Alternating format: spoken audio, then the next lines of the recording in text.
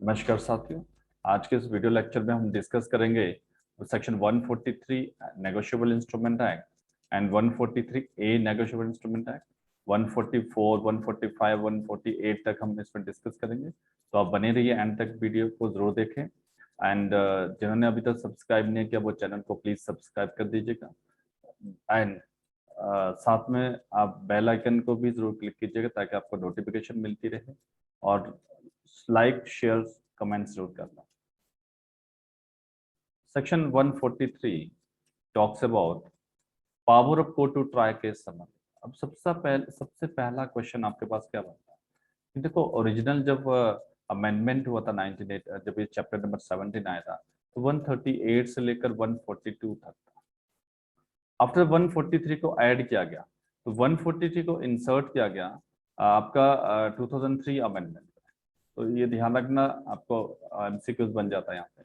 Notwithstanding anything contained in the CRPC, all offences under this chapter, जितने भी offense under this chapter number 17, shall be tried by a judicial magistrate of first class or by metropolitan magistrate, and the provision of section 262 से लेकर 265 both inclusive of said code shall may apply to such trial। तो मतलब set code मतलब CrPC के वो सारे section applicable होंगे जो समरी ट्रायल में एप्लीकेबल होते हैं। समरी ट्रायल हो सकता है इसका speedy disposal, provided that in the case of any conviction in the summary trial under this section it shall be lawful for the magistrate to pass sentence of imprisonment for a term not exceeding 1 year and और नहीं है यहाँ पे and an amount fine exceeding 5,000 rupees। तो ये ध्यान रखना, यहाँ से भी एमसीक्यूज बन जाता है। समटाइम वो और यहाँ पे ऐड कर देते हैं एंड की जगह, तो आपने ये यहाँ रखना and an amount of 5,000 rupees fine लगेगा। ठीक है। Provider further that when at the commencement of or in the course of summary trial under this section it appear to the magistrate that the nature of the case is such that a sentence of imprisonment or term exceeding 1 year may have to be passed, or that it is for any other reason undesirable to try case summarily, the magistrate shall, after hearing the parties, record an order to effect and thereafter recall any witness who may have been examined and proceed to rehear the case in manner provided by this court।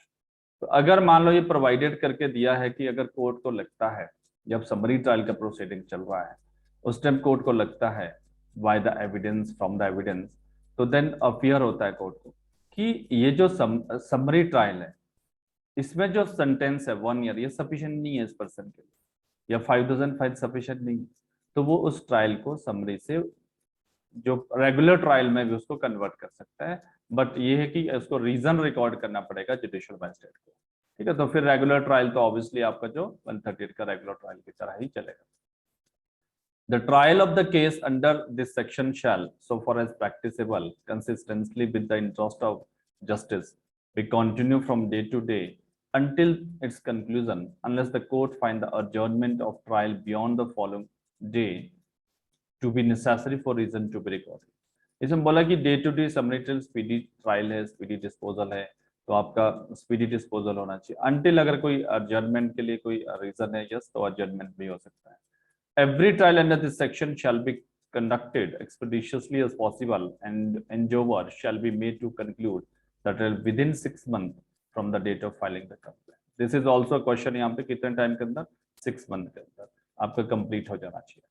ठीक है, देखो बाकी जो regular trial वो समन trial की तरह होता है, समन ट्रायल की तरह होता है रेगुलर, लेकिन समरी ट्रायल भी हो सकता है 138 का।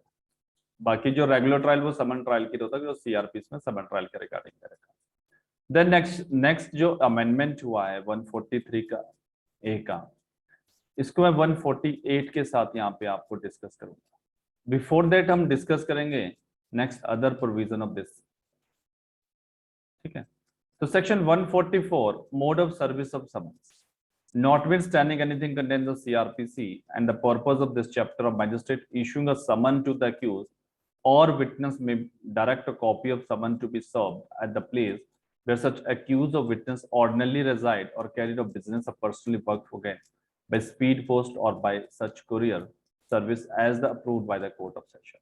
ऑब्वियसली ठीक है, आप समन इशू करोगे क्योंकि समन ट्रायल है तो समन इशू होगा यहाँ पे। Where an acknowledgement purporting to be signed by the accused or to witness an endorsement purporting to be made by the person authorized by the postal department of the courier service that the accused or the witness refused to take delivery of summon has been received, the court issuing summon may declare that summon has been duly served. जो अगर refuse करता है accused लेने से, जो भी department आपका postal के थ्रू भेजा या फिर आप कुरियर सर्विस के थ्रू भेजा या फिर आपने प्रोसेस सर्विस से, कोर्ट की प्रोसेस सर्विस से, अगर वो मना कर रहे हैं तो हम उसको एक डीम्ड मानेंगे, लीगल फिक्शन की वो ड्यूली सर्व्ड है समन उसको, ठीक है। Evidence on effort, that is very important यहाँ पे।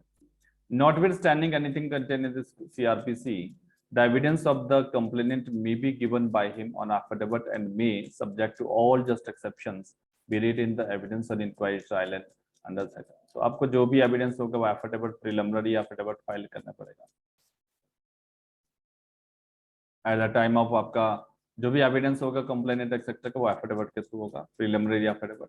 और जनरली आपको कंप्लेंट के साथ ही फाइल कर देते हैं आप starting preliminary affidavit. Then next यहाँ पे अक्यूज के लिए लिखा गया है, the court may if think fit and shall on the application of the prosecution of the accused summon and examine any person giving evidence on affidavit to the fact content. अब जो affidavit यहाँ पे issue कर रखा है, अब accused को क्या करना पड़ेगा, 142 का एप्लीकेशन, जैसे ही चार्ज फ्रेम होता है 138 में, अक्यूज को एक एप्लीकेशन देना होता है 145+2 में। एप्लीकेशन देना होता है उसको, एक तरह से कोर्ट से प्रे करना होता है कि जो भी कंप्लेनेंट है और कंप्लेनेंट के विटनेस है, मुझे उनको एग्जामिन करने की परमिशन दी जाए, मैं उनको एग्जामिन करना चाह रहा हूँ, ठीक है। तो वो 148 में अक्यूज की तरफ से एप्लीकेशन जाएगी। कब जाएगी ये, जब चार्ज फ्रेम के टाइम, जब चार्ज फ्रेमिंग हो जाती है, ठीक है, बाय दैट टाइम या साइमल्टेनियसली आप चार्ज फ्रेमिंग का टाइम दे देते हो एप्लीकेशन 145+2 का। After that bank slip prima facie evidence of certain facts. The court shall, in respect of every proceeding under this chapter on protection of bank slips or memo having thereon, official marks denoted that the check has been dishonored, presume of the fact dishonor of such check unless until such fact is proved। देखो जो bank की receipt होगी वो आपका primary evidence होगा, bank आपका slip होगा, memo लगा होगा, ठीक है, ये सारे आपका बैंक ऑफिशियल मार्क्स होगा उसमें चेक में डिसऑनर का, तो वो सारे यहाँ पे अनलेस आप डिस्प्रूव कर दो, बट अदरवाइज उनको प्राइमरी एविडेंस माना जाएगा अक्यूज के case. Then 147 offence to be compoundable, notwithstanding anything contained in CRPC procedure, every offense punishable under this act shall be compoundable।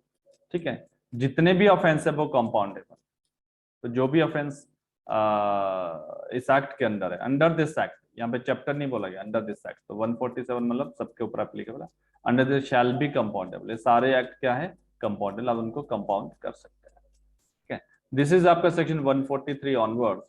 मैं नेक्स्ट वीडियो लेक्चर आपको सिर्फ 143A एंड 148 पे बना रहा हूँ, क्योंकि ये दोनों इंटरम कॉम्पनसेशन की बात कर रहा है, एक ट्रायल कोर्ट की बात कर रहा है, दूसरा एपलेट कोर्ट की बात कर रहा है।